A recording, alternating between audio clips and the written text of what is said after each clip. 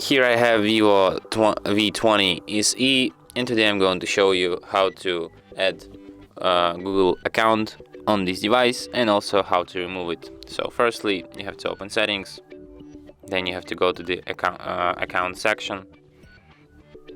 So firstly, I will show you how to remove account.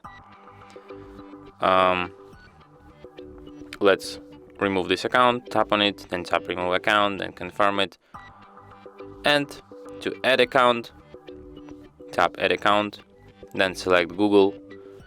Then you have to enter your email or phone number here. Tap next. Then you have to enter your password. Tap next. Then you have to agree with Google's terms of service and privacy policy. And at last, what you will have to do is to tap accept here, and after that account will be added. And that's it. Thanks for watching. If you find this tutorial useful, don't forget to hit that like button and subscribe to our channel.